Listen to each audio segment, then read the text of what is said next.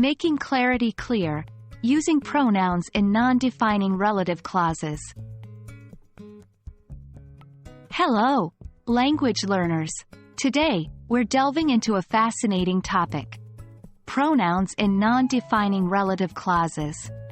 Non-defining relative clauses give us extra information about something, but they don't define it.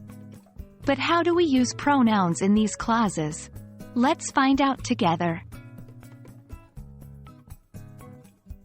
A non-defining relative clause, also known as a non-restrictive clause, provides additional information without limiting the word it modifies.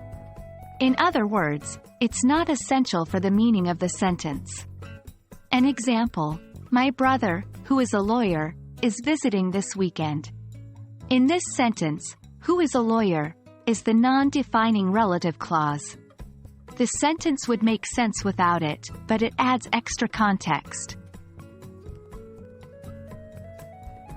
When we use non-defining relative clauses, we utilize relative pronouns like who, which, whom, whose, and that.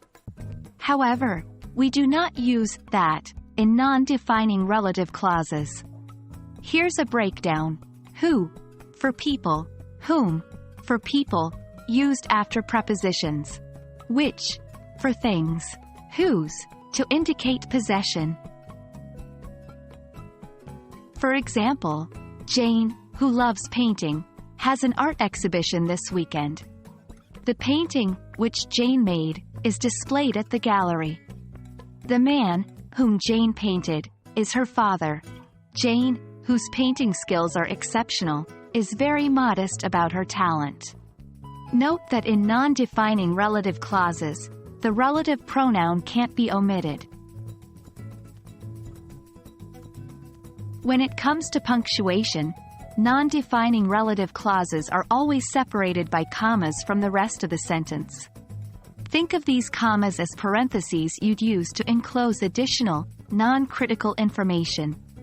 If your clause is in the middle of a sentence, it should be framed by commas on both sides. For example, the Eiffel Tower, which is located in Paris, is a popular tourist attraction. Remember, if you can remove the clause and the sentence still makes sense, then you're using a non-defining clause. So there you have it, the lowdown on using pronouns in non-defining relative clauses. It may seem tricky at first, but with practice, you'll become more comfortable and your English will be richer for it. Remember, non-defining relative clauses give us extra details to make our communication more precise and engaging. Thanks for joining in today, and keep practicing. Remember, practice makes perfect. See you in our next lesson.